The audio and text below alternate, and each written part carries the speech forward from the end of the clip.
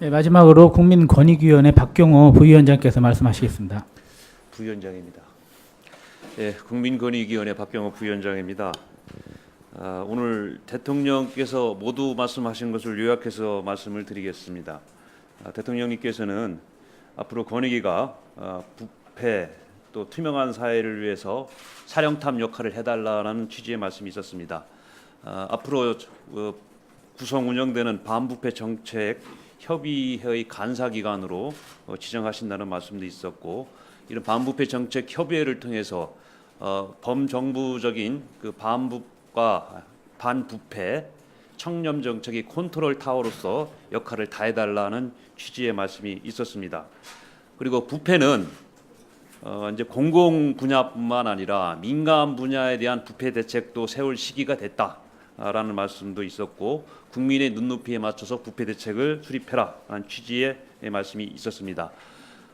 또 CPI 부패 인식 지수라고 국제사회에서 이제 통용되는 그 부패 인식 지수가 있습니다. 그것을 좀 많이 떨어졌는데 상향을 좀 시켰으면 좋겠고, 그거에 대해서 권익위가 역할을 해달라는 부탁의 말씀이 있었습니다. 그 외에 소외 계층에 대한 배려를 위해서 권익위가 노력해달라는 말씀, 부정부패는 엄격하지만 국민에게는 따뜻한 권익위가 되달라는 그런 말씀이 있었습니다. 이에 대해서 우리 권익위원장께서 보고한 내용은 여러분들한테 미리 배포를 해드린 것 같아서 간략하게 제목만 말씀드리겠습니다.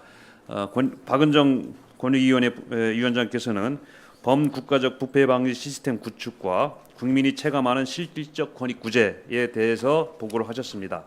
보고 내용은 범국가적 부패 방지 시스템 구축과 관련해서는 8년간 부패 현황에 대한 반성적 고려해서 아까 말씀드린 반부패 정책 협의회를 설립 운영하고, 또 여기에는 시민단체, 기업 등이 참여하는 민관협의체를 구성하여 정책 전반에서 협력해 나가겠다는 말씀을 보고를 하였습니다. 또한 부패 공익신고자 보호를 대폭 강화하겠다는 말씀과 또 공직자의 이해충돌 방지 시스템을 강화하고 부정한수법을 제정해서 재정 누수 등 예산 낭비를 근절하겠다는 취지의 보고도 있었습니다. 또 청탁금지법에 대한 본질적 부분은 강화하되 이 법에 따른 경제 사회적 결과에 대해서는 연구 결과를 바탕으로 보완 대책을 마련하겠다고 보고를 하였습니다.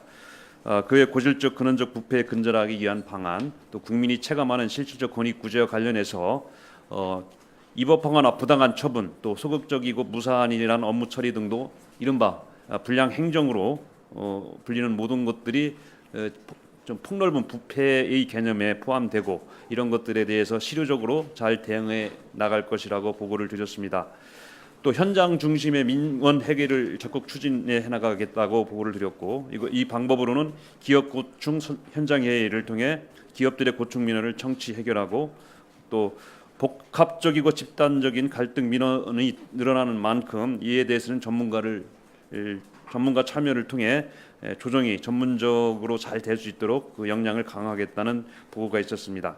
그다음에 사회적 약자의 고충을 중점적으로 해소하기 위해서 맞춤형 이동신문고, 또 행정심판 국선 대리인 제도 도입, 찾아가는 행정심판 서비스 제공 등에 대한 보고가 있었습니다. 이에 대해서 토의 내용은 저희 권익위가 맨 마지막에 있어서 충분한 토의를 하지 못했습니다만 몇 가지 토의 내용을 말씀드리겠습니다. 먼저 그 공익신고 대상을 좀 넓히자는 의견이 있었고, 이에 대해서 우리 권익위원장께서 긍정적인 답변을 하셨습니다. 그리고 우리 그 핵심 정책 보고에서 여러 가지 제도적 보완, 입법이 필요하다는 말씀이 계셨고, 그 사례는 지금 말씀드린 이해충돌방지법 제정, 또 공익신고자 보호, 또 우리 권익위의 조사권이 없음으로 인해서 많은 기능이 좀 약화되고 있다는 점을 말씀을 드려서 이에 대한 국회 또 정부의 협조 말씀이 있었습니다. 또 총리께서 하신 말씀이 있어서 별도로 말씀을 드리면은 청렴도 측정 등 우리 권익위 업무와 관련해서 규제나 처벌 중심이 아니라 공무원의 자존심을 높이는 그런 방향으로 좀 정책이나 조사를 해달라라는 취지의 말씀이 계셨습니다.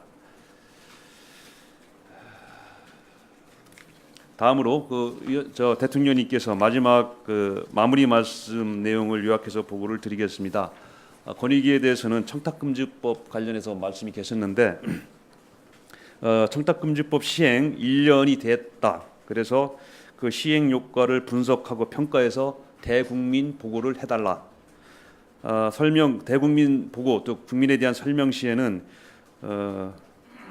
그 긍정적인 면, 부정적인 면 다 포함하고 특히 경제적인 효과에 대해서 보고를 해달라.